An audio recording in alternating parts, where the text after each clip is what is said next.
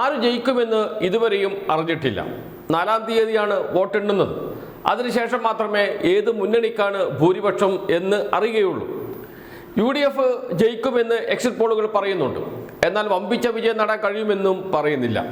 എന്നുവെച്ചാൽ LDFും UDFും തമ്മിൽ കടുത്ത മത്സരമാണ് നടന്നിരിക്കുന്നത് എന്നർത്ഥം. എല്ലാ എക്സിറ്റ് പോളുകളും പറയുന്നത് അക്കാര്യം തന്നെയാണ്. എന്നാൽ പ്രീപോൾ സർവേകളിൽ LDFിന് വിജയമുണ്ട് എന്നാണ് പറഞ്ഞത് എന്നുകൂടി ഓർക്കണം. എന്നുവെച്ചാൽ UDFിന് വിജയം ഉറപ്പിക്കാൻ കഴിയില്ല എന്നർത്ഥം. അപ്പോഴാണ് കോൺഗ്രസിൽ മുഖ്യമന്ത്രി ആരാകണം എന്ന തല്ല് നടക്കുന്നത്. വലിയ തമ്മിലടിയാണ് കോൺഗ്രസിനകത്ത് നടക്കുന്നത് എന്ന് എല്ലാവർക്കും അറിയാം. VD സതീശനെ അനുകൂലിച്ചുകൊണ്ട് പോസ്റ്ററുകൾ വരുന്നു. KC വേണുഗോപാൽ കേരളത്തിലേക്ക് വരുന്നു എന്ന വാർത്തകൾ വരുന്നു. KC വേണുഗോപാൽ തന്നെ അത് നിഷേധിക്കാതെ മാധ്യമങ്ങളിൽ നിന്ന് ഒഴിഞ്ഞു മാറുന്നു. രമേശ് ചെന്നിത്തല കേരളത്തിലെ ഏറ്റവും മുതിർന്ന നേതാവ് മുഖ്യമന്ത്രിയാകണമെന്ന അഭിപ്രായം ഉയർന്നു വരുന്നു. ഇങ്ങനെ വലിയ ചർച്ച മുഖ്യമന്ത്രി ആരായിരിക്കണം എന്നതാണ് കോൺഗ്രസ് നടക്കുന്നത്. അപ്പോൾ തൊട്ടടുത്ത ഘടകകക്ഷിയുണ്ട് UDFിൽ, അത് മുസ്ലിം ലീഗാണ്. മുസ്ലിം ലീഗ് എന്തായാലും മുഖ്യമന്ത്രി ആരാകണം എന്ന ചർച്ച നടത്തേണ്ട കാര്യമില്ല.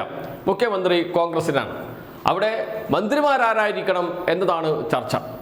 5 മന്ത്രിസ്ഥാനം ലഭിക്കുമോ ഇല്ലയോ എന്ന ആശങ്ക മുസ്ലിം ലീഗിനുണ്ട്. ലഭിക്കാൻ സാധ്യതയില്ല എന്ന വിവരമാണ് പുറത്തു വരുന്നത്. എന്നിരുന്നാലും 5 മന്ത്രി തന്നെ വേണം എന്ന നിലപാടിൽ ഉറച്ചു നിൽക്കുന്നു മുസ്ലിം ലീഗ്. അതോടൊപ്പം തന്നെ ആരൊക്കെയായിരിക്കണം മന്ത്രിമാർ എന്ന ചർച്ച ആരംഭിക്കുകയും ചെയ്തിട്ടുണ്ട് മുസ്ലിം ലീഗിനകത്ത്. അതിൽ 1-ാം സ്ഥാനത്ത് PK കുഞ്ഞാലിക്കുട്ടി തന്നെയാണ്. PK കുഞ്ഞാലിക്കുട്ടി മന്ത്രിയാകുമെന്ന കാര്യത്തിൽ തർക്കമേ ഇല്ല. അതിനുശേഷമുള്ളവർ ആരൊക്കെയാകണം, ഇതാണ് മുസ്ലിം ലീഗിൽ നടക്കുന്ന ചർച്ച. അതിൽ മുൻപന്തി നിൽക്കുന്നത് ഒന്ന് KM ഷാജിയാണ്, മറ്റൊന്ന് ആബിദ് ഹുസൈൻ തങ്ങളാണ്, N ഷംസുദ്ദീൻ, പാറക്കൽ അബ്ദുള്ള. അങ്ങനെ 5 മന്ത്രിമാരുടെ പേര് ഏതാണ്ട് തീരുമാനിച്ചിട്ടുണ്ട് മുസ്ലിം ലീഗ്. ചർച്ചകൾ നടന്നുകൊണ്ടിരിക്കുന്നുണ്ട്. പരസ്പരം കാലുവാരാനുള്ള ശ്രമങ്ങൾ ആരംഭിച്ചിട്ടുമുണ്ട്. എന്നിരുന്നാലും മുസ്ലിം ലീഗ് ഒരു തീരുമാനമെടുത്ത് പാണക്കാട് തങ്ങൾ അത് പ്രഖ്യാപിച്ചു കഴിഞ്ഞാൽ മറ്റെല്ലാവരും അത് അംഗീകരിക്കും എന്ന കാര്യത്തിൽ സംശയമേ ഇല്ല. എന്ന് വെച്ചാൽ PK Kunhalikutty, KM Shaji, Abid Hussain Thangal, N Shamsuddin, Parakkal Abdulla എന്നിവരാണ് മന്ത്രിമാർ. 5 മന്ത്രിമാർ ഇതിനകം തന്നെ ലീഗ് തീരുമാനിച്ചു കഴിഞ്ഞു.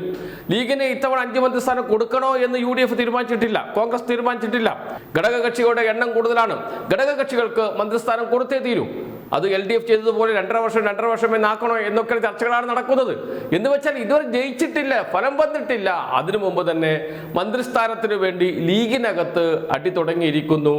ലീഗ് ഇത്തവണയും 5 മന്ത്രിമാർ, 2011 ഉമ്മൻചാണ്ടി സർക്കാരിൽ 5 മന്ത്രിമാരുണ്ടായിരുന്നു, അത് തുടരണം എന്ന ആവശ്യത്തിൽ ഉറച്ചു നിൽക്കുകയാണ്. അത് മാത്രമല്ല, ഡെപ്യൂട്ടി സ്പീക്കർ പദവി കൂടി ലീഗിന് അവകാശപ്പെട്ടതാണ്, അത് ലഭിക്കണം എന്ന നിലപാടിലേക്ക് ഇപ്പോൾ മുസ്ലിം ലീഗ് എത്തിയിട്ടുണ്ട്. പേരും തീരുമാനിച്ചിട്ടുണ്ട്.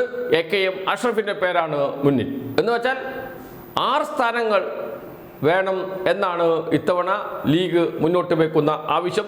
ഉപമുഖ്യമന്ത്രി അവിടെ നിൽക്കുന്നുണ്ട്. അത് UDF തീരുമാനിക്കട്ടെ എന്നതാണ്. അതിനുവേണ്ടി കുഞ്ഞാലിക്കുട്ടി കോൺഗ്രസ് നേതാക്കളിൽ സമ്മർദ്ദം ചെലുത്തുന്നുണ്ട്. മുസ്ലിം ലീഗിന് കുഞ്ഞാലിക്കുട്ടിക്ക് VD സതീശൻ ഉറപ്പ് നൽകി എന്ന വാർത്തകളൊക്കെ വരുന്നുണ്ട്.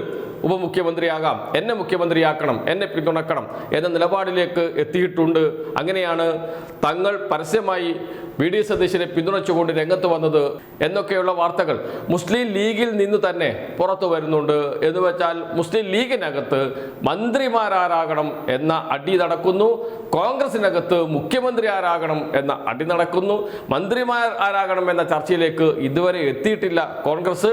ഇതെല്ലാം 4-ാം തീയതിയിലെ ഫലപ്രഖ്യാപനത്തെ ആശ്രയിച്ചാണ് ഇരിക്കുന്നത്. അതിനു മുമ്പ് തന്നെ അടി, തമ്മിലടി, തർക്കം ഇതൊക്കെ കോൺഗ്രസിലാണ് തുടങ്ങിയത് എങ്കിൽ ഇപ്പോഴിതാ മുസ്ലിം ലീഗിലേക്കും അത് എത്തി നിൽക്കുന്നു എന്ന വാർത്തകളാണ് ഇപ്പോൾ പുറത്തു വരുന്നത്.